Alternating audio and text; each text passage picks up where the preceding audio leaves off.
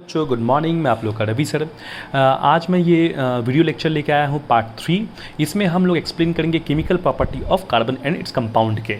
ठीक है, इस टॉपिक में अभी जो टॉपिक में एक्सप्लेन कर रहा हूँ उस टॉपिक में कंबशन रिएक्शंस को लेकर डील करना है हमको। कंबशन रिएक्शन याद रखिएगा 2 टाइप्स के होते हैं जनरली। एक कंप्लीट कंबशन रिएक्शन, एक होता है इनकम्प्लीट कंबशन या इनसफिशिएंट कंबशन कह सकते हैं। कंप्लीट कंबशन का मतलब क्या होता है? कंप्लीट कंबशन मतलब होता है जब आपके हाइड्रोकार्बन्स जब रिएक्ट करेंगे O2 के साथ, तभी से हम लोग कहेंगे complete combustion.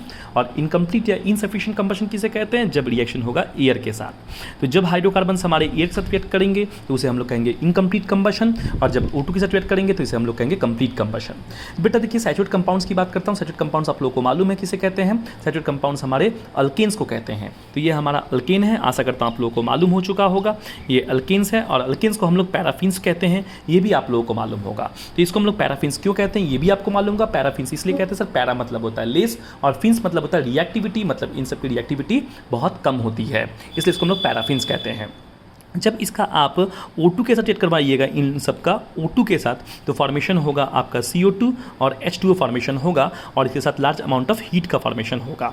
Large amount of heat का फॉर्मेशन होगा, और यहाँ पर जो हीट फॉर्मेशन होगा या जब इसकी बर्निंग होगी, जब ये बर्न करेगा तब उस समय ये क्लीन फ्लेम पैदा करेगा। याद रखिएगा, कोई कलर रोलर फॉर्मेशन नहीं होगा, इसमें क्लीन फॉर्मेशन होती है। बट इन्हीं सब की याद रखिएगा, जब इनका रिएक्शन हमारा क्या होता है? एयर में होता है। जब इन्हीं का रिएक्शन हमारा एयर में होगा तब ये फॉर्मेशन करेगा कार्बन मोनोऑक्साइड, H2O गैस, और हीट तो पैदा करेगा ही, उसमें कोई दिक्कत नहीं है, पर उसके साथ एक कलर फॉर्मेशन करेंगे। याद रखिएगा, उस समय सूटी फ्लेम पैदा करेंगे ये लोग।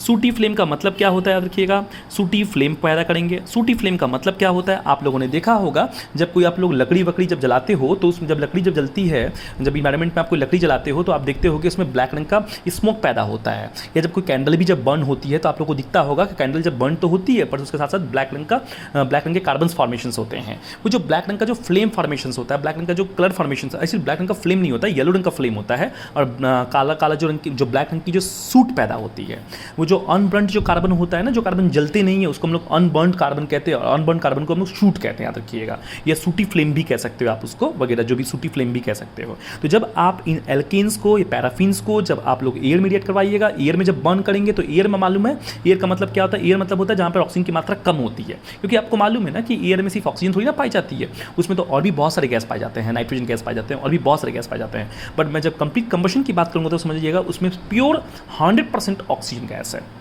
इसमें 100% ऑक्सीजन गैस है। जब 100% ऑक्सीजन गैस रहता है तब CO2 और H2 पैदा होता है, फ्लेम पैदा होता है, और क्लीन फ्लेम पैदा होता है। जब आप एयर लीजिएगा तब उस समय आपका क्लीन फ्लेम पैदा नहीं होगा, उस समय सूटी फ्लेम पैदा होगा, और कार्बन के अनबर्न कार्बन फॉर्मेशन होंगे, और CO2 और कार्बन मोनोऑक्साइड गैस फॉर्मेशन होगा, H2O होगा, फॉर्मेशन फॉर्मेशन होगा। और हीट जो फॉर्मेशन होगा, उसकी हीट की जो फ्लेम होती है वो बहुत कम होती है कंपेयर टू प्योर ऑक्सीजन के फ्लेम में। याद रखिएगा, जब O2 में कीजिएगा तो जो हीट की जो मतलब जो फ्लेम जो फॉर्मेशन होगा ना, फ्लेम का जो लहर होता है ना, ऊंचाई जो होती है ना, वो काफ़ी ज़्यादा होती है O2 में।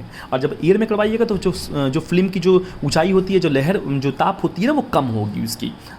ठीक है, जैसे कि मान लीजिए जब इसको आप प्योर में करवाइएगा तो इसमें सोचिए, इसको जब आप प्योर O2 में करवा रहे हैं तो इसका फ्लेम मान लीजिए ऐसा हो रहा है, ठीक ना, इतना ऐसा फ्लेम पैदा हो रहा है। पर जब ऐसा फ्लेम पैदा पर इसका जब क्या होइएगा, इसका फ्लेम की जो हाइट होगी वो कम फ्लेम हाई होगी, क्योंकि इस आरिसन में, क्योंकि ये प्योर ऑक्सीजन में है, ये एयर में है।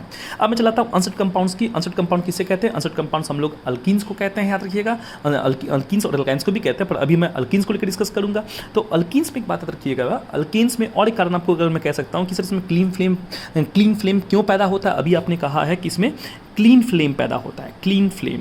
तो क्लीन फ्लेम पैदा होने का और एक कारण है, याद रखिएगा, क्योंकि यहाँ पर याद रखिएगा कार्बन की संख्या जो होती है वो ज़्यादा, कार्बन की जो इसमें वैल्यू, कार्बन की जो संख्या होती है, कार्बन की जो संख्या उसमें कम होती है, और हाइड्रोजन की संख्या काफ़ी ज़्यादा होती है अल्कीन्स में। याद रखिएगा, compare to alkynes, in comparison to alkynes. Alkynes में देखिएगा कार्बन की संख्या क्या होती है? ज़्यादा होती है, और हाइड्रोजन की संख्या क्या होती है? कम होती है। ये अनसेट कंपाउंड्स की कहानी है। अनसेट कंपाउंड्स मतलब जिसमें डबल बॉन्ड और ट्रिपल बॉन्ड पाए जाते हैं। इसका मतलब ये भी अनसेट कंपाउंड्स है, ये भी अनसेट कंपाउंड्स है। ये तो अल्काइन है ही, तो अल्काइन तो अनसेट कंपाउंड्स है ही, आपको मालूम है। और ये तो हमारा अल्कीन है, ये भी आपको मालूम है कि ये भी अनसेट कंपाउंड्स है। और यहाँ पर जो मैं यहाँ पे जो साइक्लिक रिंग बनाया हूँ, ये देख सकते हैं साइक्लिक रिंग, मैंने 3 तरीके से यहाँ पर एक्सप्लेन किया है।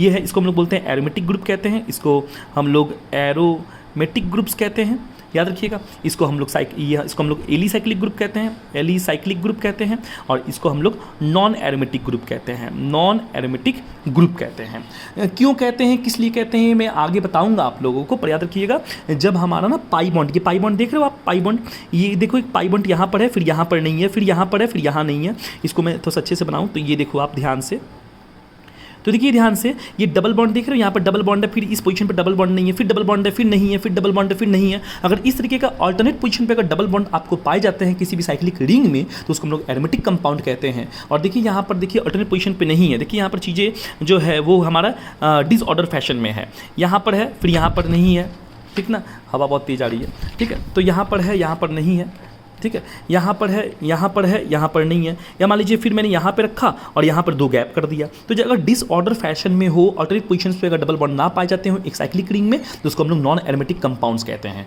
और एलिसाइक्लिक कंपाउंड क्या होता है, सिर्फ उसमें रिंग होगा पर उसमें कोई भी डबल बॉन्ड आप ना दीजिएगा, उसको हम लोग एलिसाइक्लिक ग्रुप कहते हैं।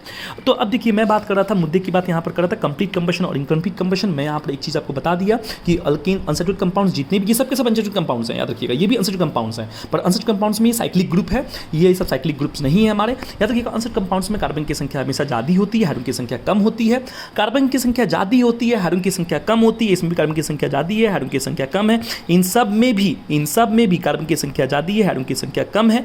इसलिए याद रखिएगा इन सब को जब आप लोग बर्न कीजिएगा, आप बर्न कीजिएगा किस में, आप O2 में कीजिए, आप कंप्लीट कंबशन कीजिए या इनकम्प्लीट कंबशन कहिए, भाई ये तो फॉर्मेशन आपका करेगा, ये तो आपको फॉर्मेशन करेगा, CO2 तो पैदा करेगा और H2O तो पैदा करेगा, बट इसका जो फ्लेम पैदा होगा वो फ्लेम आपका येलो फ्लेम फॉर्मेशन होगा। इसके साथ क्या होगा, येलो फ्लेम फॉर्मेशन होता है, याद रखिएगा, या एंड ब्लैक स्मोक फॉर्मेशन होता है, इसमें ब्लैक स्मोक फॉर्मेशन होता है, ब्लैक स्मोक फॉर्मेशन होता है, ब्लैक स्मोक फॉर्मेशन होता है। तो ये सिर्फ इसके साथ ही नहीं है, ये इसके साथ भी है, याद रखिएगा, ये इसके साथ भी होगा, ये इन सब के साथ भी होगा। तो फॉर्मेशन तो आपका CO2 होगा, H2O होगा, कोई दो राय नहीं है। इन सब में CO2 और H2O होगा, कोई दो राय नहीं है। आप इसमें कंप्लीट कंबशन कहिए या इनकम्प्लीट कंबशन कहिए, फॉर्मेशन तो CO2 H2O होगा। येलो फ्लेम और ब्लैक स्मोक फॉर्मेशन होगा, येलो फ्लेम ब्लैक स्मोक सब में फॉर्मेशन होगा। रीज़न क्या था, रीज़न ये है, रीज़न यहाँ पर ये है क्योंकि इससे कार्बन की संख्या ज़्यादा होती है, हाइड्रोजन की संख्या कम होती है। आप चेक कर सकते हो, देखो ना, आप मीथेन ले लो ना, मीथेन में देखो कितना, हाइड्रोजन की संख्या कितनी है, 4 है ना, और कार्बन कितना, 1 है। पर यही जब मैं अनसैचुरेटेड कंपाउंड्स में आता हूँ, देखिए कार्बन की संख्या 2 है पर हाइड्रोजन की संख्या देखिए वही है, देखिए रिमेन है। तो देख रहे हो ना, यहाँ पे चेंजेस क्या हुआ, चेंज हुआ कार्बन की संख्या, कार्बन की वैल्यू बढ़ चुकी है बट हाइड्रोजन की वैल्यू अभी भी कांस्टेंट है। यहाँ पर देखिए आप C3 है, यहाँ पर H8 है, यहाँ पे चेक कीजिए C3 है, H6 है, ये कार्बन की संख्या अभी भी कांस्टेंट है बट हाइड्रोजन की संख्या देखिए घट गई है ना। तो यहाँ पर तो मैं यही कह रहा हूँ मैं आप लोगों को कि जहाँ पर जब आप लोग रिंग भी जब बनाएंगे ना, तो साइक्लिक रिंग जब बनता है ना, तो याद रखिएगा उसमें कार्बन की जो वैल्यू होती है वो हमेशा क्या होती है, ज़्यादा होती है, हाइड्रोजन की वैल्यू कम होती है। इसलिए बार बार याद रखिएगा, इसलिए हमेशा इनकम्प्लीट कंबशन ही होता है। भले आप इसको ना O2 के साथ करवाइए या एयर के साथ करवाइए, ये फॉर्मेशन हमेशा येलो फ्लेम और ब्लैक स्मोक ही करेगा। मैं क्यों कह रहा हूँ, O2 के साथ भी करेंगे तो इसमें कार्बन की संख्या इतनी ज़्यादा है कि ये O2 जो है इनको पूरा कंप्लीट कंबशन नहीं करवा पाएगा और येलो फ्लेम और ब्लैक स्मोक पैदा करेगा, शूट फॉर्मेशन करेगा। शूट का मतलब क्या होता है, जिसमें लॉट ऑफ कार्बन्स अनबर्न्ड होते हैं। ये लॉट ऑफ कार्बन जब अनबर्न्ड होते हैं due to high concentration of carbon, ठीक है, उसको हम लोग शूट कहते हैं, याद रखिएगा, ठीक है, एक बात याद रखिएगा। दूसरी बात, एक एग्जांपल मैं ये कहूँगा, जब अल्केन्स को जब हम लोग बर्न करते हैं तो क्लीन फ्लेम फॉर्मेशंस होता है। ये क्लीन फ्लेम फॉर्मेशन आप लोग देखिएगा, जब हम लोग LPG जो होता है, LPG जो गैस की जो सिलेंडर जो घर में जो इस्तेमाल की थी, डोमेस्टिक पर्पस में इस्तेमाल की जाती है, उसमें देखिएगा उसमें क्लीन फ्लेम पैदा होता है। उसमें होता क्या है मालूम है, उसमें होता ही ये हमारा उसमें होता है हमारा प्रोपेन, उसमें होता है ब्यूटेन और उसमें होता है हमारा मीथेन। ये सब गैस पाया जाता है। प्रोपेन का कंपोजिशन ज़्यादा होता है LPG में, फिर ब्यूटेन आता है, फिर मीथेन आता है। मीथेन को हम लोग मार्स गैस भी कहते हैं, आपको मालूम है। और मीथेन जो है हमारा ये सोर्स ऑफ नेचुरल गैस भी है, याद रखिएगा।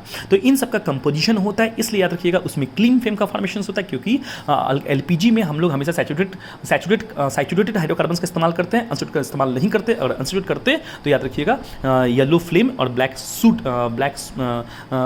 स्मोक फॉर्मेशन होता है। और ब्लैक स्मोक और येलो फ्लेम इसलिए पैदा होता है, कार्बन की कंसंट्रेशन ज़्यादा होती है, हाइड्रोजन की कंसंट्रेशन कम होती है। ये मैं आप लोग को ऑलरेडी रिपीट कर चुका हूँ। CO2 और H2 का ही फॉर्मेशन होता है, ये बात आप जान के रखिएगा।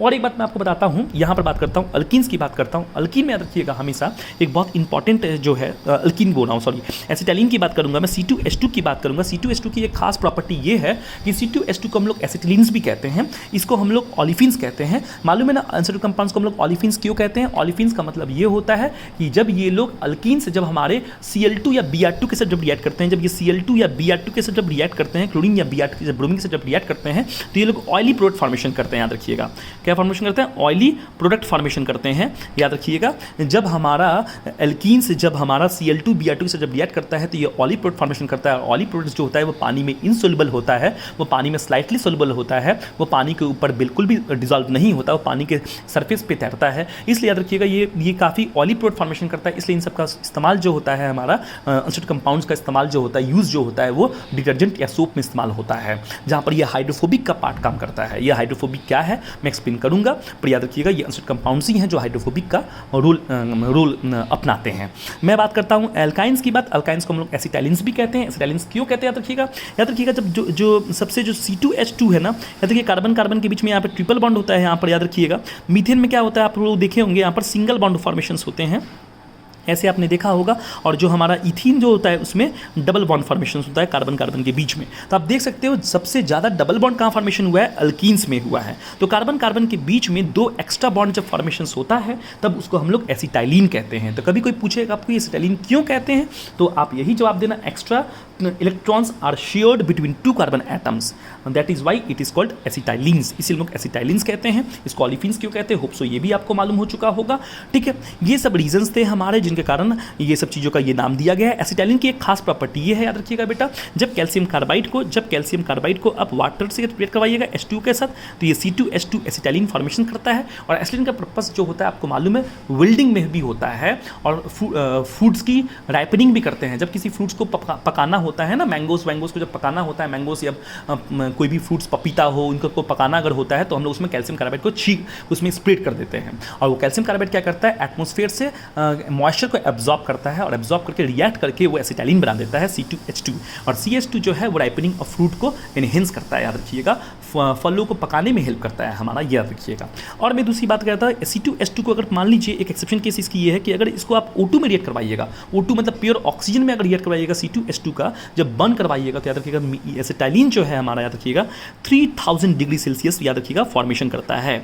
और 3000 डिग्री सेल्सियस बहुत लार्ज अमाउंट ऑफ ये टेम्परेचर है। याद रखिएगा ये क्या करता है, लोहे को भी पिघला सकता है इस टेम्परेचर में। इसलिए हम लोग एसिटाइलिन का इस्तेमाल जो करते हैं वेल्डिंग के पर्पस में भी कर सकते हैं। कभी आपसे कोई पूछे ना कि O2 में हम लोग एयर क्यों नहीं देते हैं, तो अगर O2 में अगर एयर करोगे बेटा तो आपको मालूम है कि एयर का मतलब क्या होता है, जिसमें ऑक्सीजन की परसेंटेज कम हो। अगर O2 को एयर के साथ रिएक्ट करवा दोगे तो फिर याद रखिएगा ओवरऑल ऑक्सीजन की परसेंटेज घट जाएगी। और C2H2 जो है उस समय CO2 और H2 पैदा तो करेगी पर इतना अमाउंट ऑफ हीट पैदा नहीं करेगी, 3000 डिग्री सेल्सियस पैदा नहीं करेगी। इसलिए हम लोग वेल्डिंग में कभी भी प्योर O2 का इस्तेमाल करते हैं, कभी भी O2 के साथ एयर का मिक्स नहीं करते। अगर O2 को एयर के साथ मिक्स कीजिएगा तो एसिटाइलिन सिर्फ कंबशन रिएक्शन शो करेगा, येलो फ्लेम पैदा करेगा, ब्लैक स्मूथ पैदा करेगा, पर 3000 डिग्री सेल्सियस पर नहीं पैदा करेगा। याद रखिएगा अगर आपको चाहिए 3000 डिग्री सेल्सियस से अगर चाहिए आपको एसिटाइलिन से, तो आपको प्योर O2 के साथ इसको बर्न करना पड़ेगा। और इसकी खास एक प्रॉपर्टी ये है कि ये इतना अच्छा ज्वलनशील है कि 3000 डिग्री सेल्सियस तक ये हीट पैदा कर सकता है। तो होप सो ये है कंबशन रिएक्शंस, आपको होप सो पूरी तरीके से चीज़ें समझ में आ चुकी होगी।